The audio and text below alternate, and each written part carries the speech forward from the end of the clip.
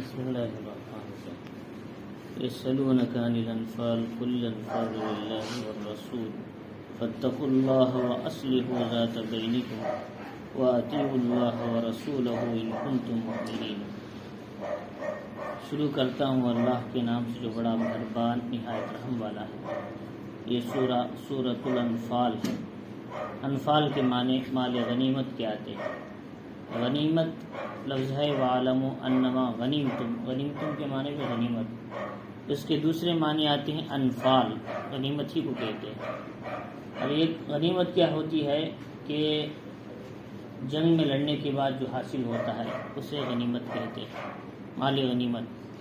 ایک ہوتا ہے بغیر لڑے کے حاصل ہوتا ہے، صرف مسلمانوں کے رعب اور دبدبے سے لوگ چھوڑ کے چلے جاتے ہیں مال، جیسا کہ غزوہ حنین میں ہوا، غزوہ تبوک میں ہوا، تو اس مال کو مال فے کہتے ہیں۔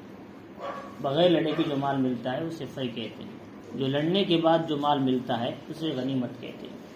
تو اللہ تعالیٰ نے غنیمت کے بارے میں یا اس میں تفصیلاً ذکر فرمایا، اور یہ صورت ہجرت سے کے بعد کی صورتوں میں سے ہے۔ اللہ رب العزت نے اس سورے کو نازل کرنے کا اصل مقصد یہ تھا کہ جیسا کہ حضرت عبادہ ابن صامت رضی اللہ تعالیٰ عنہ فرماتے ہیں، یہ آیتیں ہمارے بارے میں ہی اتری۔ جب حضور صلی اللہ علیہ وسلم 2 سن ہجری میں دیکھا کہ ابو سفیان کا قافلہ ملک شام سے مکی کی طرف جا رہا ہے، مسلمانوں کا جو مال تھا ہجرت کر کے جو آئے تھے مدینے کو، جب غریب مسلمان سے ان سے چھینا ہوا مال لے جا کر ملک شام میں بیچا، وہاں سے انہوں نے ہتھیار سامنے سب کچھ لے کر آ رہے تھے ملک شام سے مکے کی طرف، وہ ایک مسلمانوں کا ہی مال تھا۔ تو حضور صلی اللہ علیہ وسلم نے اسلام کی شوکت کو، اسلام کی قوت کو ظاہر کرنے کے لیے حکم دیا، اس قافلے کو روکو، ہمارا مسلمانوں کا مال کاٹ لو۔ 2 سن ہجری کا زمانہ تھا، ہجرت کر کے دوسرا سال تھا۔ تو مسلمان کیا ہے جب اس مسئلے کے لیے آگے بڑھے، ان کا ارادہ جنگ کرنے کا نہیں تھا، صرف قافلے والوں کو پکڑنا، ان سے مال لے لینا ہمارا۔ تو اس موقع سے حضور صلی اللہ علیہ وسلم نے جب صحابہ کو بھیجا تو ادھر ابو سفیان بہت ہوشیار تھے، انہوں نے راستہ بدل کر دوسری طرف سے چلے گئے۔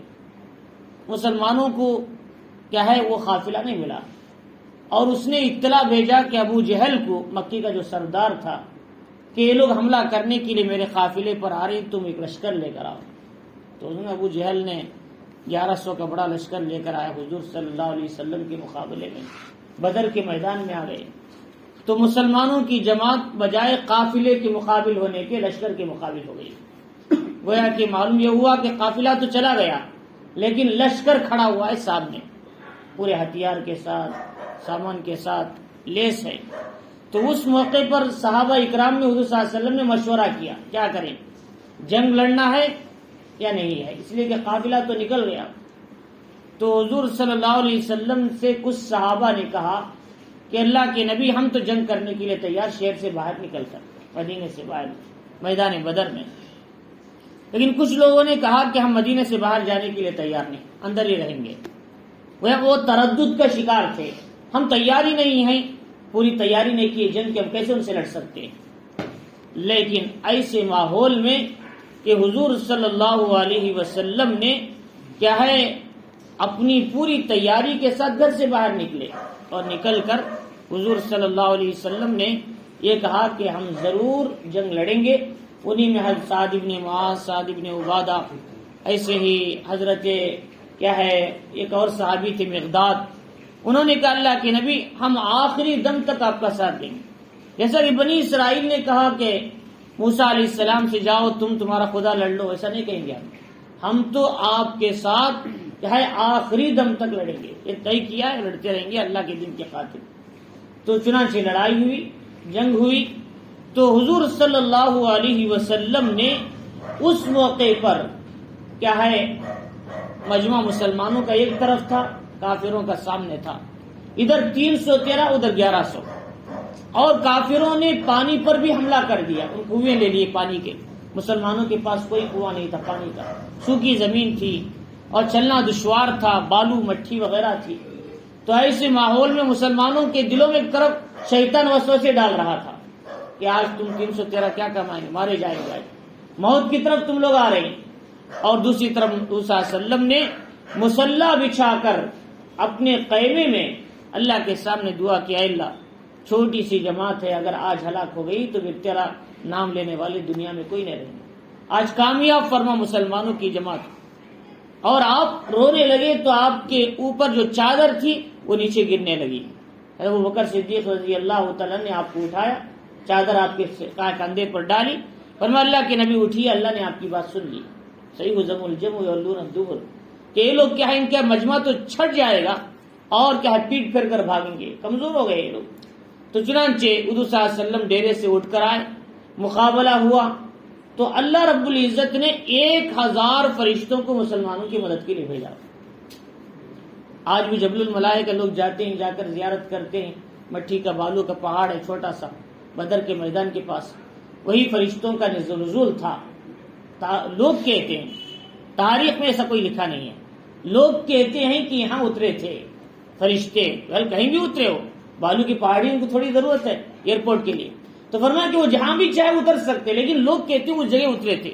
تو انہوں نے وہاں کیا ہے 1000 فرشتوں کو اللہ نے بھیجا، مسلمان کامیاب ہوئے اور ان کے 70 لوگ مارے گئے، 70 لوگ قید ہوئے۔ حضور صلی اللہ علیہ وسلم کو اللہ تعالیٰ نے کامیابی عطا کی۔ جب کامیابی ملی تو دشمن بھاگنے لگے مال غنیمت چھوڑ کر، تو صحابہ کی 3 جماعتیں ہو گئی۔ ایک جماعت وہ تھی جو مال غنیمت اٹھا رہی تھی، ان کا وہ بھاگ گئے۔ ایک جماعت وہ تھی حضور کی حفاظت میں لگی ہوئی تھی، آپ کے ڈیرے کے خیمے کے کہیں دشمن نہ آ جائے۔ ایک جماعت وہ تھی دشمنوں کو بھگانے میں لگی ہوئی تھی تاکہ واپس نہ آ جائے۔ 3 جماعتیں ہو گئی ان میں۔ اب رات میں سارے لوگ اپنے خیمے میں آ گئے، فتح ہو گئی، مال جمع ہو گیا۔ تو جو لوگ مال جمع کیے تھے انہوں نے کہا بھئی یہ مال غنیمت ہمارا ہے، ہم نے تو جمع کیا اسے۔ جن لوگوں نے کفار کے پیچھے بھاگے تھے انہوں نے کہا مسلمانوں نے، صحابہ نے، بھئی یہ مال ہمارا بھی ہے، کیونکہ ہم اگر ان کو نہ بھگاتے تو ہمیں مال کیسے ملتا تمہارے کو۔ جو لوگ حضور کی حفاظت میں تھے انہوں نے کہا ہم نے تو عین کام کیا، اس لیے کہ حاکم کی حفاظت کرنا جنگ کے اندر بہت ضروری ہے، لہذا ہم نے اس میں لگے ہوئے تھے۔ تو اب تینوں میں اختلاف ہونے لگا تو اللہ رب العزت نے اس کا حل بتایا، فرمایا دیکھو اس وقت لڑنے سے کوئی فائدہ نہیں، اور سب سے پہلی بات یہ ہے کہ تم اللہ سے ڈرا کرو، اس میں خیانت مت کرو، پورا کا پورا مال ویسے محفوظ رکھو۔ دوسرا آپسی فساد کا اندیشہ ہے، اصلاح کی کوشش کرو، آپس میں اتحاد اتفاق پیدا کرو۔ اور تیسرا جب مسئلہ حل نہیں ہوتا تو اللہ اس کے رسول کے حوالے کر دو مسئلے۔ چنانچہ یہ مال غنیمت پورا کا پورا اللہ کا ہے، اس کے رسول کا ہے، اللہ جو حکم دیں گے کیا ہے وہ صلی اللہ علیہ وسلم ویسے تقسیم کریں گے، اب تم اس میں بحث مت کرو۔ چنانچہ مال غنیمت کی ذمہ داری اللہ کے حکم سے حضور کے ہاتھ میں آ گئی، لیکن دینے والے اللہ ہیں حکم، لیکن بانٹنے والے حضور ہیں تقسیم۔ انا قاسم اللہ یؤتی، حدیث میں آتا ہے بھائی تو تقسیم کرنے والا اللہ دیتے ہیں، اصل میں دینے والے اللہ ہیں۔ تو چنانچہ اسی تعلق سے اللہ تعالیٰ نے آیتوں کو اتارا، یسألونک عن الانفال، یہ لوگ پوچھتے ہیں مال غنیمت کے بارے میں، کہیں مال غنیمت اللہ کا ہے، اس کے رسول کا ہے۔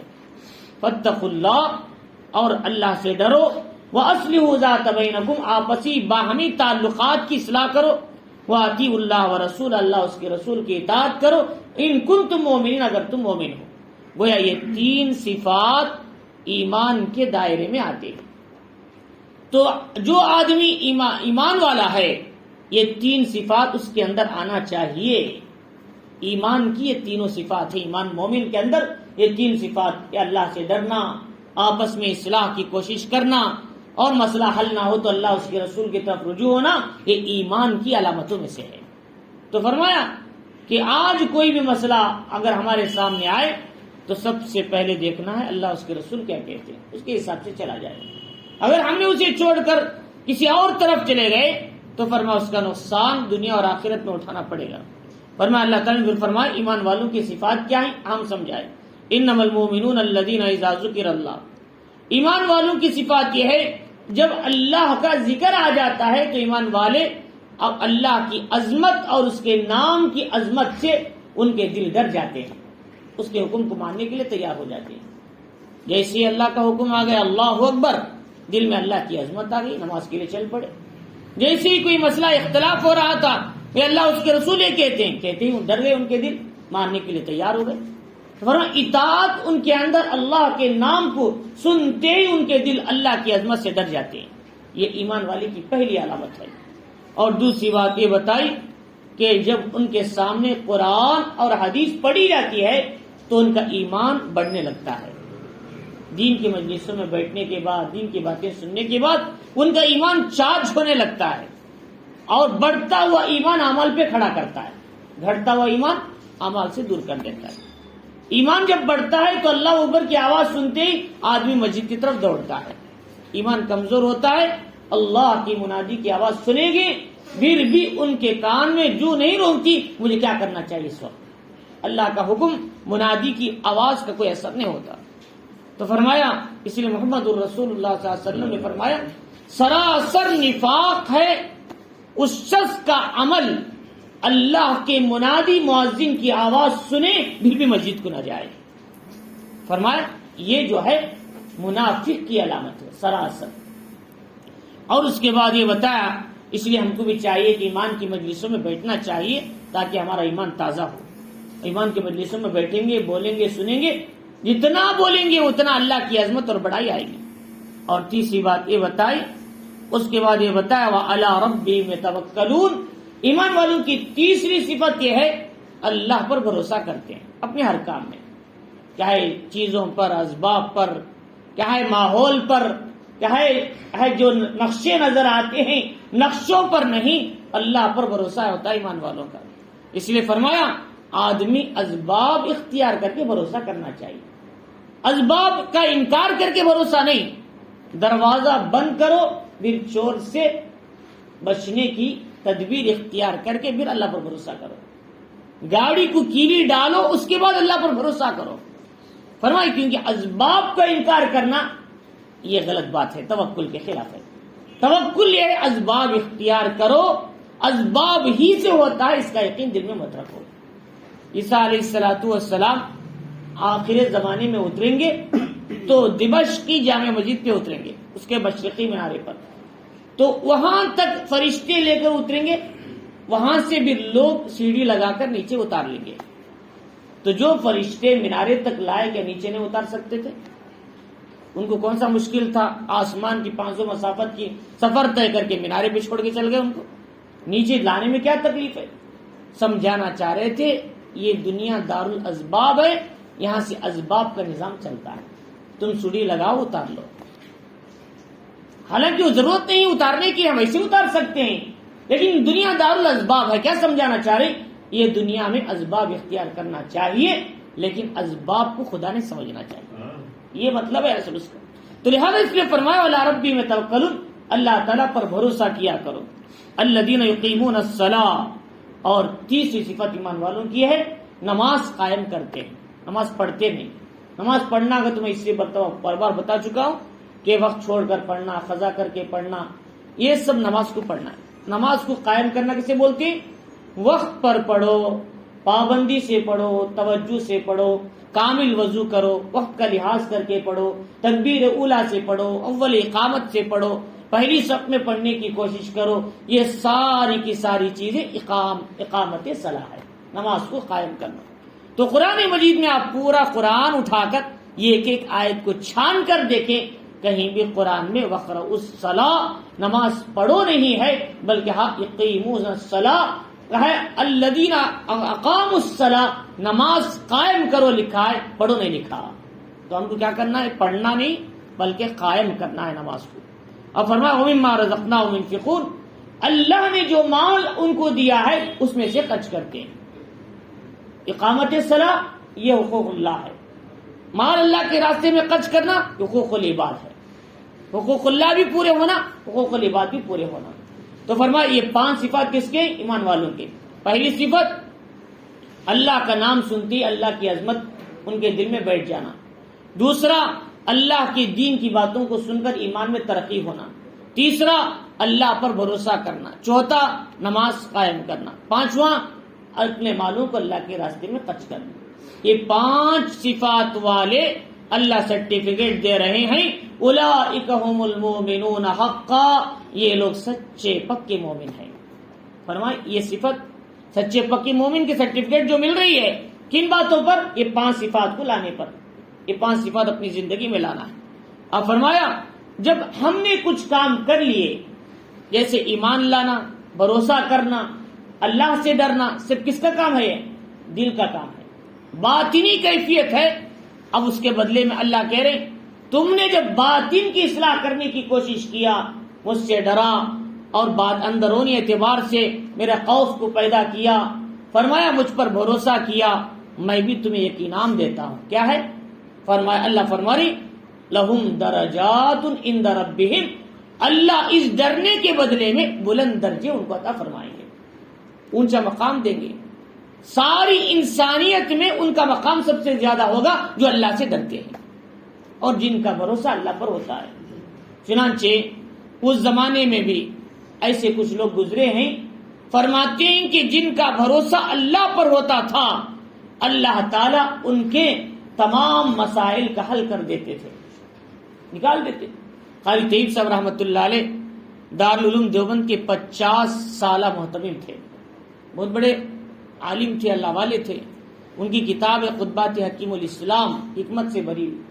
فرماتے ہیں کہ ان کے زمانے میں کہ یہ کہا کہ حضرت اس بار چندہ نہیں آیا، لہذا ہمارے پاس کچھ پیسے نہیں ہے اور اساتذہ کو تنخواہ دینے کے لیے بھی کچھ نہیں ہے، بچوں کے لیے بھی کچھ نہیں، اور ٹھیک 30 تاریخ ہو چکی ہے، کل صبح اساتذہ کو تنخواہ دینا ہے۔ بڑے آدمی بڑے بڑے لوگ آتے تھے اس زمانے میں، کہتے کہ حضرت ہماری 25 لاکھ لے لو، ہماری 20 لاکھ لے لو۔ حضرت کہتے بھائی مدرسہ چندے سے چلتا ہے، چندے سے چلے گا، کسی کا ڈونیشن نہیں لیں گے ہم لوگ، ہم چندے سے چلتا ہے، چندے اللہ پر بھروسہ کریں گے۔ فرماتے ہیں کہ حضرت رحمت اللہ علیہ نے کیا ہے اللہ پر بھروسہ کیا، اللہ تعالیٰ نے کیا ہے چندے کی رقم فوراً ہی اللہ تعالیٰ نے چندے کی شکل میں پیسوں کا انتظام کر دیا۔ کل رات میں دعا کیا، صبح کا انتظام ہو گیا۔ تو لہذا اللہ والے جو اللہ پر بھروسہ کرتے ہیں، تو جن کا دل اللہ سے تعلق ہوتا ہے، جن کے دل کا تعلق ہوتا ہے، اللہ تعالیٰ ان کا مقام پوری دنیا میں بلند کرتے ہیں۔ تو چنانچہ فرماتے ہیں کہ فرمایا ان کو بلند درجہ ملتا ہے۔ اور دوسری بات یہ بتائی کہ انہوں نے نماز پڑھی اور روزہ رکھا، ظاہر اعمال کیا، اسلامی اعمال اطاعت کیا، اس کے نتیجے میں کیا انعام ہے؟ مغفرت، اللہ کی طرف سے مغفرت ملے گی، رحمت ملے گی۔ اللہ 3 انعام دے رہے ہیں الگ الگ، دل کی اصلاح پر بلند درجے، اعمال ظاہرہ پر، اسلام کی اطاعت پر مغفرت کا انعام تمہیں فرمایا، اور تم نے مال جو اللہ کے راستے میں خرچ کیا، فرمایا اس کے بدلے میں تمہیں کیا انعام ملے گا؟ ورزق کریم، تمہیں عمدہ رزق اللہ عطا فرمائیں گے، عزت والی روزی عطا فرمائیں گے۔ تو 3 صفات تم نے اپنی زندگی میں لائے، تو فرمایا اللہ نے 3 طرح کے تمہیں انعامات عطا فرمائے۔ تو فرمایا اس لیے تو یہ ایمان والوں کے صفات ہماری زندگی میں آئیں گے، اللہ یہ 3 انعامات ہم کو عطا فرمائیں گے۔ پہلا انعام بلند درجہ، دوسرا انعام ہمارے گناہوں کی معافی، مغفرت، رحمت الہی، اور تیسرا انعام اللہ عزت کی روزی عطا فرمائیں گے۔ تو لہذا ہم کو کیا کرنا ہے؟ اللہ پر ایمان رکھنا ہے، اور دوسرا فرمایا کہ ہمیں نماز قائم کرنا ہے، تیسرا اپنے مالوں کو اللہ کے راستے میں خرچ کرنا ہے، اس کے بدلے ہمیں 3 انعامات ملیں گے۔ تو اللہ رب العزت نے یہ بیچ میں ایمان والوں کی تعلق سے کچھ جملے معترضہ لائے، کچھ باتیں۔ اصل جو مضمون چل رہا تھا جنگ بدر کے بارے میں چل رہا تھا، 200 ہجری کے بارے میں۔ تو کچھ صحابہ نے کہا ہم مدینے میں ہو کر لڑیں گے، کچھ صحابہ نے کہا باہر نکل کر لڑیں گے۔ تو انہوں نے جو باہر نکل کر لڑنے والے تھے، تو وہ صحابہ مضبوط تھے، طاقتور تھے، ان کا ایمان بھی مضبوط تھا۔ تو اللہ نے اس کا ذکر فرمایا کما اخرجک ربک من بیتک بالحق، جیسا کہ آپ کے پروردگار نے آپ کو اپنے گھر سے حق کے ساتھ روانہ کیا میدان جنگ میں۔ فإن فریقا من المؤمنین لکارہون، جبکہ ایمان والوں کی ایک جماعت کے لیے گراں گزر رہی تھی، دشوار گزر رہا تھا، ہم باہر نکل کر کیوں لڑے، خواہ مخواہ اپنی جانوں کو ہلاکت میں کیوں ڈالے۔ یجادلونک فی الحق بعد ما تبین، یہ لوگ حق واضح ہونے کے بعد، اللہ کی مدد، اس کی نصرت دیکھنے کے بعد بھی یہ لوگ آپ سے لڑ رہے ہیں حق کے بارے میں، گویا کہ سوچ رہے ہیں، سمجھ رہے ہیں، یوں معلوم ہو رہا ہے یہ موت کی طرف ڈھکیلے جا رہے ہیں اپنی آنکھوں کے سامنے۔ کوئی آدمی موت کی طرف کھینچا جا رہا ہے تو کیسے ڈرتے ہیں، ویسا یہ لوگ ڈر رہے ہیں میدان جنگ میں جانے سے، بدر کے میدان میں آنے سے۔ تو اللہ رب العزت کے یہاں صحابہ اکرام نے اگرچہ کہ تھوڑے سے آگے پیچھے ہونے کے بعد تمام صحابہ تیار ہو گئے، لیکن پھر بھی اللہ تعالیٰ کو یہ پسند نہیں تھا حضور کے ساتھ جو جماعت ہے وہ حضور کے ساتھ رہتے ہوئے، حضور کی صحبت میں رہتے ہوئے ان کا یوں آگے پیچھے مارنا اللہ کے راستے میں جانے سے یہ اچھی بات نہیں ہے۔ یہ سمجھانا چاہ رہے تھے اللہ تعالیٰ، حضور کے ساتھ رہنے والوں کو ہمیشہ تیار رہنا چاہیے اللہ کے دین کے خاطر، یوں ڈگمگاہٹ ان کے اندر نہیں ہونا چاہیے۔ یہ سمجھانا چاہ رہے تھے، اگر ان کے اندر کمزوری آ رہی ہے یہ ان کے شان کے خلاف ہے کہ وہ ایسے موقع پر کہیں اللہ کے نبی ہم جنگ کرنے کے لیے تیار، یہ ان کی شان کے خلاف ہے۔ اللہ تعالیٰ اسے بھی پسند نہیں کیا کہ حضور صلی اللہ علیہ وسلم کے صحابہ کے لیے فرمایا کہ تم دوسروں کے لیے دلیل بن رہے ہو، لہذا اس لیے تم کو اللہ کے راستے میں نکلنے سے کمزوری نہیں دکھانا چاہیے، کیونکہ تم وہ صحابہ ہو قیامت کی صبح تک آنے والے سارے لوگ تم کو نمونہ بنا کر چلیں گے، تمہیں آئیڈیل بنا کر چلیں گے، لہذا اگر تم ہی پیچھے رہ گئے تو سامنے والے کیا دلیل دیں گے تمہارے بارے میں۔ تو اللہ تعالیٰ صحابہ کو تیار کر رہے ہیں، ان کی جماعت کو تیار کر رہے ہیں۔ اس کے بعد اللہ تعالیٰ نے کہا دیکھو تمہیں دو جماعتوں میں سے ایک جماعت تمہیں ملے گی، یا تو قافلہ ملے گا جو مکہ جا رہا ہے، یا پھر تمہیں لشکر ملے گا جو تمہیں ان سے مقابلہ کرنا ہے بدر کے میدان میں، لیکن تم چاہتے ہو قافلہ لے کر مال لے کر آسانی کے ساتھ مدینے میں بیٹھ جاؤ، لیکن اللہ چاہتا ہے میدان جنگ میں نکل کر لڑو تاکہ اسلام کی عزت غالب آ جائے، اسلام کی شوکت کا اظہار ہو جائے۔ اگر تم چھپ کر رہو گے تو اسلام کی عزت کا اظہار کیسے ہوگا، اسلام کی شوکت کا اظہار کیسے ہوگا؟ تو اللہ تعالیٰ فرما رہی کہ وَإِذْ يَعِدُكُمُ اللَّهُ إِحْدَى الطَّائِفَتَيْنِ، اللہ تم سے دو جماعتوں میں سے ایک کا وعدہ کرتا ہے، یا تو قافلہ یا جنگ کا لشکر، أَنَّهَا لَكُمْ وَتَوَدُّونَ أَنَّ غَيْرَ ذَاتِ الشَّوْكَةِ تَكُونُ لَكُمْ، تم چاہتے ہو کہ بغیر لڑے کے، بغیر ہتھیار کی جماعت تمہیں مل جائے، بغیر لڑے کے تمہیں وہ جماعت ہاتھ میں آ جائے، مال تمہیں مل جائے، لیکن اللہ چاہتے ہیں کہ لشکر سے لڑ کر تم اللہ کے کلمے، اللہ کے نعرے، اللہ کے ایمان اور اسلام کی طاقت کے ذریعے سے حق کو ثابت کر دے اور کافروں کی جڑوں سے ختم کر دے۔ اللہ تعالیٰ چاہتے ہیں کافروں کو جڑ سے ختم کر دیں، ایمان والوں کو ثابت کر دیں، اللہ تعالیٰ یہ چاہتے ہیں، اور تم چاہتے ہو قافلہ لے کر خاموش بیٹھ جاؤ۔ تو لہٰذا اللہ تعالیٰ چاہتے ہیں کہ تم لڑو، اس میں تمہاری نجات ہے، کامیابی ہے۔ لِيُقْلَقَ وَيُبْطِلَ الْبَاطِلَ وَلَوْ كَرِهَ الْمُجْرِمُونَ، تاکہ حق کا حق ہونا ثابت ہو، باطل کا باطل ہونا ثابت ہو، اگرچہ کہ مجرم اسے ناپسند کرتے ہیں۔ چنانچہ صحابہ اکرام رضوان اللہ تعالی علیہ مجمعین نے 313 صحابہ، ان کا ایمان کیسا تھا، وہ اتنی بڑی جماعت کے مقابلے میں کھڑ گئے اللہ کے دین کے خاطر۔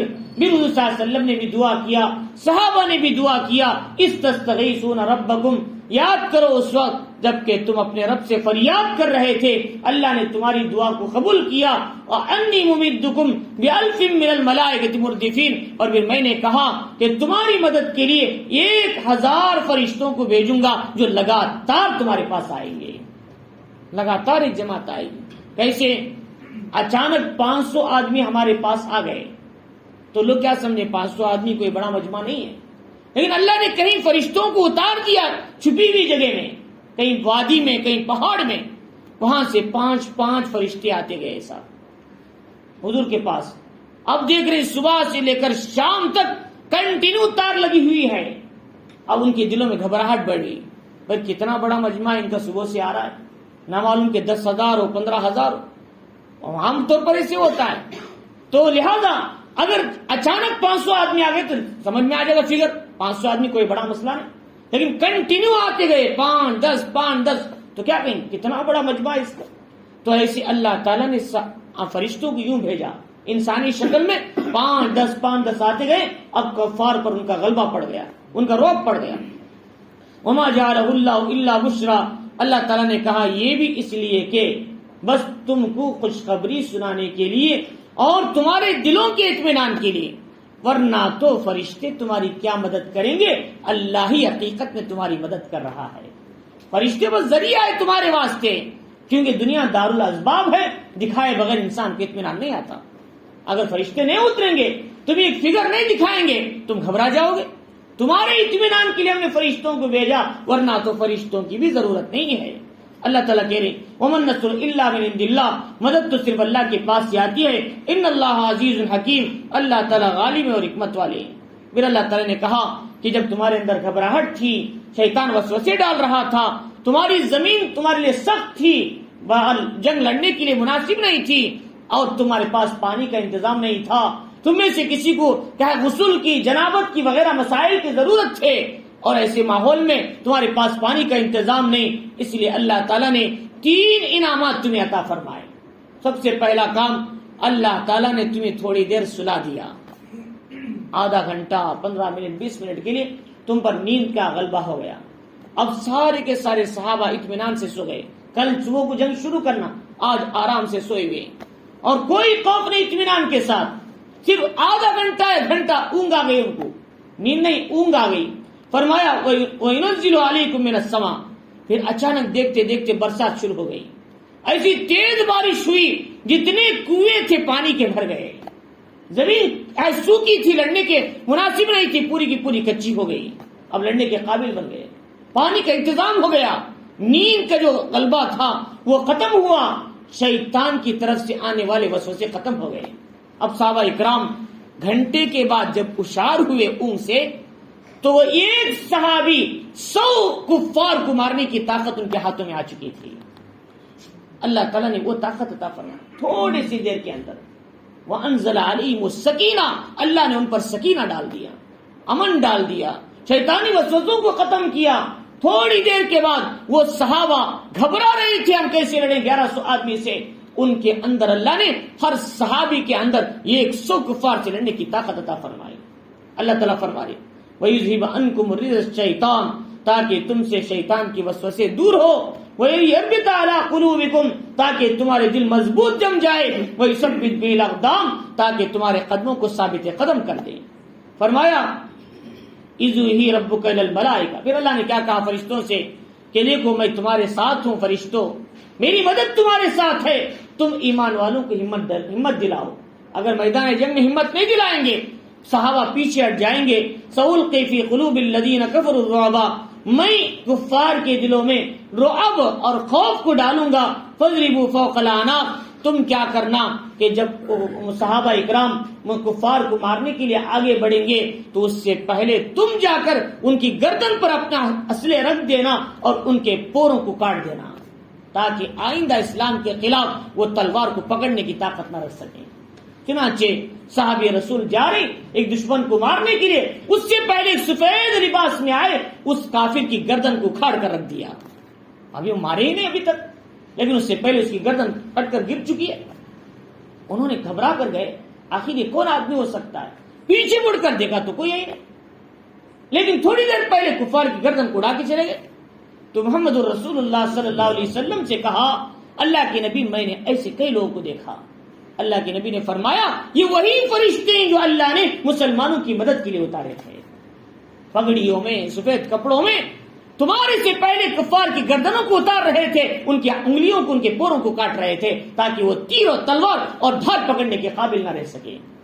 یہ جنگ بدر کا حقیقی مشاہدہ تھا صحابہ کا، جو اللہ نے فرشتوں کے ذریعے مسلمانوں کی مدد فرمائی۔ فرمایا اللہ تعالیٰ فرما رہی کہ ذالکم بأنہ شاق اللہ ورسولہ، ایسا بدلہ اللہ نے کیوں لیا؟ یہ بدر کے جو مشرکین آئے ہوئے تھے، انہوں نے اللہ اس کے رسول کی مخالفت کیا، حضور کی 13 سال مخالفت کیا مکے میں، 13 سال تک حضور کی بات نہیں سنی۔ وَمَن يُشَاقِقِ اللَّهَ وَرَسُولَهُ، جو اللہ اس کے رسول کی مخالفت کرتا ہے، فَإِنَّ اللَّهَ شَدِيدُ الْعِقَابِ، اللہ اسے سخت سزا دیتے ہیں، اللہ کا نظام ہے۔ لیکن فرمائے یہ تو صرف دنیا کا عذاب ہے، ذَلِكُمْ فَذُوقُوهُ وَأَنَّ لِلْكَافِرِينَ عَذَابَ النَّارِ، آخرت میں تمہارے لیے جہنم کا عذاب انتظار کر رہا ہے۔ اس لیے جن جن لوگوں نے کیا ہے کل تک یہ فخر کر رہے تھے ہم جیتیں گے، ہم بڑے ہوں گے، ہم سردار ہیں، آج وہ بدر کے گڑھے میں ذلت کے ساتھ مرے پڑے ہوئے تھے۔ ابو جہل، عتبہ، شیبہ، ولید، جتنے بڑے بڑے کفار تھے، 70 سرغنے مارے گئے جو مشرکین کے، سارا کفار کا مجمع ہی صاف ہو گیا۔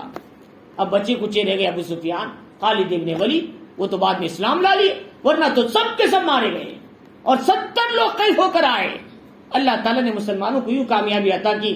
اللہ تعالیٰ فرمائے ایمان والو، جب تمہارا مقابلہ ہو دشمنوں سے پیٹ پھیر کر مت بھاگو، جم کر کھڑے رہو۔ مسلمان کفار کے مقابلے میں جو جم کر کھڑے گا وہی کامیاب ہوگا، جو بزدل بنے گا وہ باطل طاقتوں کے ہاتھوں میں پیسوں کے لیے بک جائے گا۔